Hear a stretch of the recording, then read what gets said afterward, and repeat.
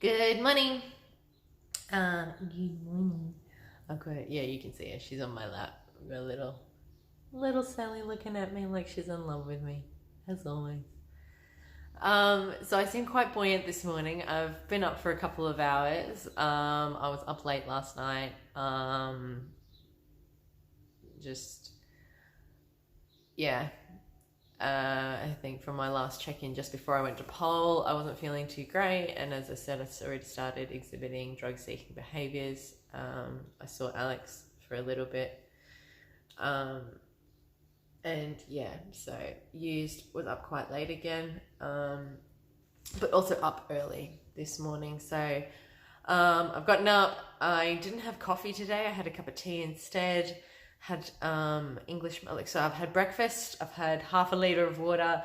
I've done a lap of the lake, and it's only 9:15 or something like that. So trucking along okay, and I guess proud of myself for getting my exercise, like self-care and things out of the way before it got too hot. It's a nice and cool, about 23 degrees in the house at the moment. It's 29 outside. So yeah. Feeling good, basically. Yeah, and so I walked the lake with Donna, who's like my spiritual big sister now. She's one of the new people that has come into my life, and really able to just sort of talk through a lot of shit. She sent me through a few reminders, so there's some keywords that I need to sort of carry with me. And I definitely, will be doing a bit of meditating today just to sort of reflect on things that I want to change and work on within myself to ensure that I become the best version of me that I can be. And obviously getting rid of the habits that no longer serve me as well. So it's just, it feels like, I'm taking a lot on at once, because it's like, I feel like I could handle all the changes happening in my life if I didn't, and exercise new coping strategies, if only I didn't have to worry about, physical withdrawal on top of that. And I don't know, part of me is like, well, you've tried to detox how many different times? You just haven't stuck with it, or sorry, Sal.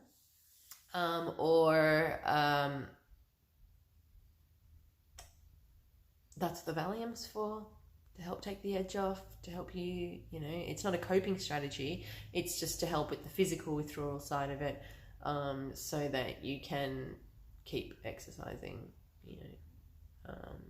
new coping mechanisms and things like that. So I don't know, we unpacked a lot and thought about a lot. I'm not feeling like wiped or depleted like after that Reiki treatment, but I just, I'm aware of how much work I have to do on myself today.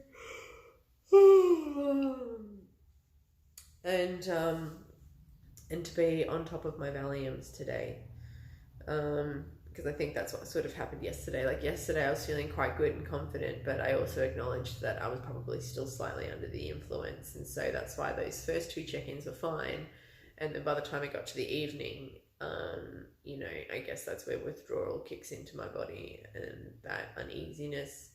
I mean, the uneasiness could also have been triggered by the footy club, so there's a big question mark about whether or not I'll be back with them next year.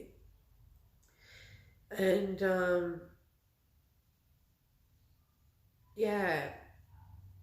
and at the time it was really upsetting, so much so that, obviously I wanted to see Alex. I guess I felt like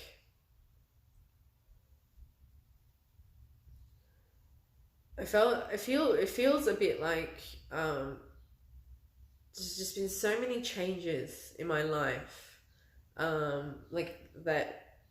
As I look around, I almost feel like I don't recognize my life anymore. You know, the long-standing relationships that used to be there aren't there anymore.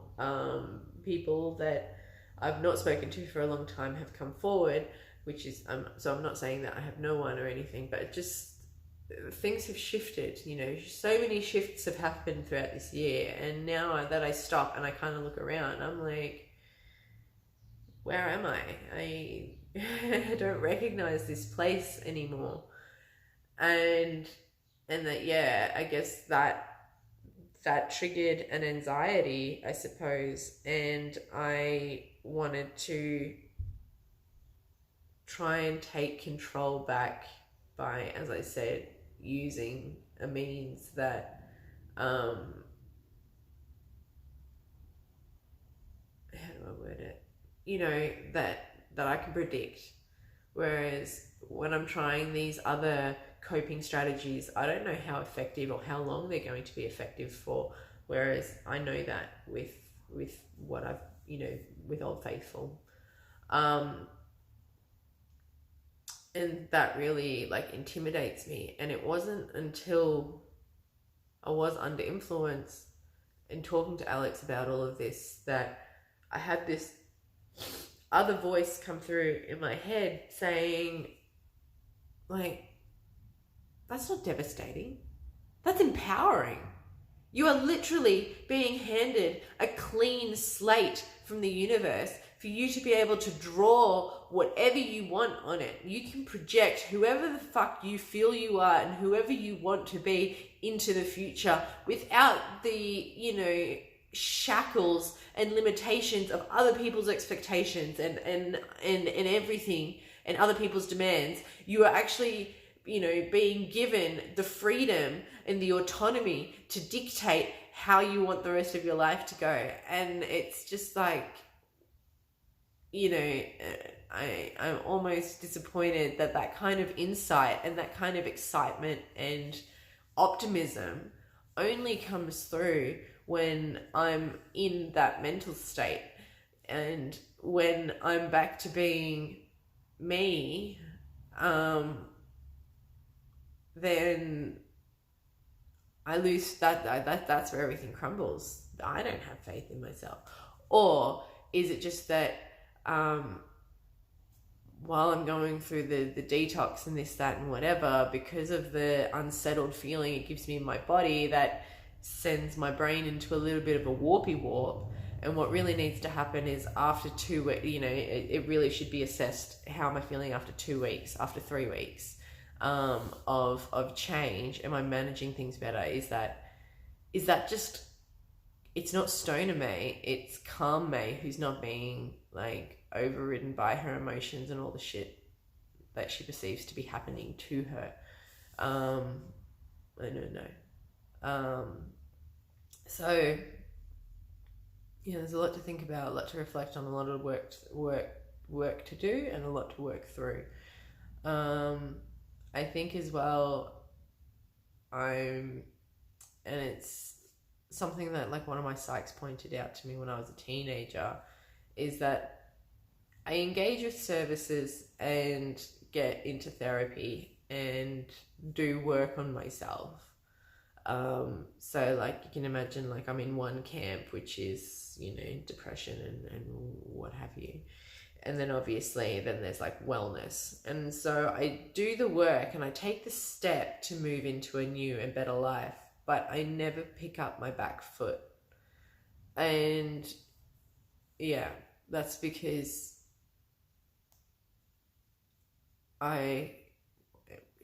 this is what she said, and no resistance came up, so I agreed with her. So this is how I felt at the time. Even saying it now, though, I feel like I'm hesitant because I feel like people are going to correct me. But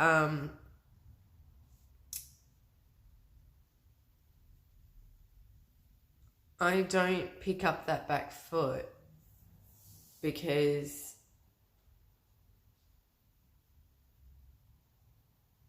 yeah, I don't know. I feel like if everything in my external world did what I thought it should or what I expect it to, then I wouldn't need to be taking this first step in the first place. And so I kind of wait, and ultimately I end up stepping backwards. So yeah, I don't know. I'm just being called to be brave, being called to have faith, blind faith. I mean, some really awesome words of who I want to be next year did come forth, which is really awesome. And we, you know, tapped on it in our heart chakra, and I felt it in other places, which was really, really awesome. And yeah, I don't know. I'll figure it out. But yeah. I don't know. Yeah, so anyway, the trick is to have a plan. So I have a list of chores to do. I've got a client arriving at 11, and then I'm going to hand my hair and start doing some chores to tidy the house, get it ready for when mum comes for Christmas, take some time to meditate and reflect. I'll probably do that, like at least my daily meditations, I'll do that now before my client arrives. Just keep running on this sort of wellness streak that I've got going for me. Tonight, beg my pardon, tonight I'll go back to taking the IMREST, because we've had two or three nights off it now, so I think it would be okay to go back to it. I was also really mindful of how much I used last night. I didn't let myself go crazy with it like I did the night before. So, yeah, hopefully that also helps.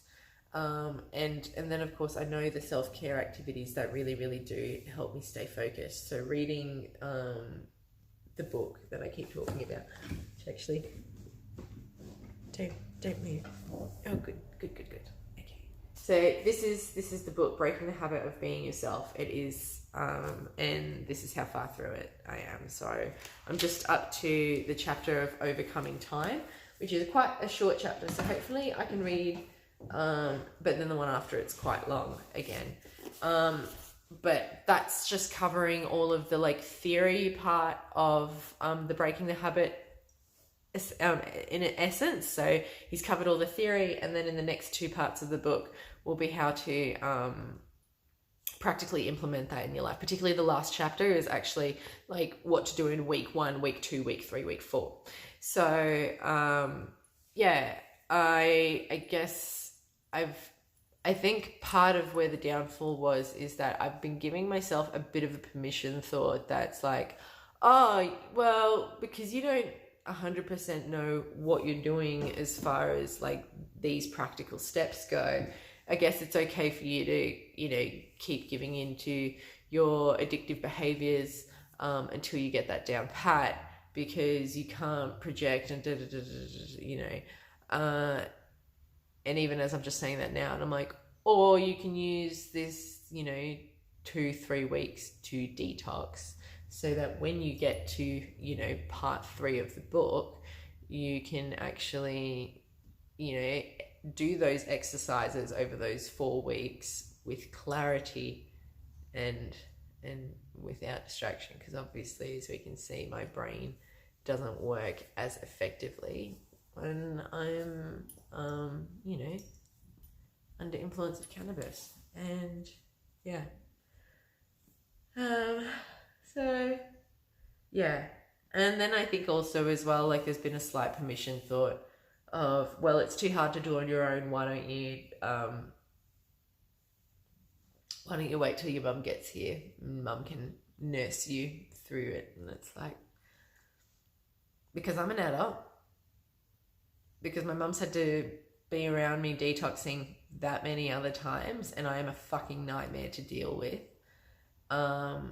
And 3, I actually counted that with, well, if we count the days, you know, we've got tonight, Saturday, Sunday, Monday, and then mum's arriving Tuesday night.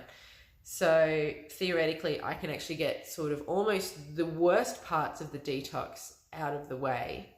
Day 4, day 5 will be quite tricky. I am acknowledging that. But on the day 4 is the Monday where I've got a full day of clients, you know, from 1 right through to almost 9 o'clock, 8:30. So that will keep me very busy, very focused. Again, I'm finishing with a Reiki treatment, which, as we know from a couple of weeks ago or last week, that left me in a really, really great mood. And I think I was disappointed that I ended up relapsing. So I had to move my leg after that. So yeah, there you go.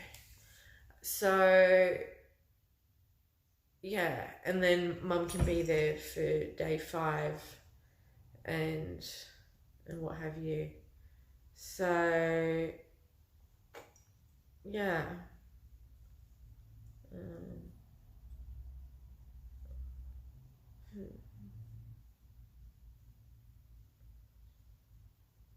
Yeah. I want to say, so if I can get through these next 5 days, then that would be really, really awesome. But I feel like saying if I get through is setting myself up with the wrong kind of expectation. So I think I can, I know I can, I will get through it. I guess I just need reminders of my awesomeness or something, of what I'm striving for and what I'm striving towards, so that when things get difficult, I remember why I'm doing it. Things to think about, things to contemplate, things to work on. We'll get there. Thanks for tuning in. Take care. I'll see you all later. Bye.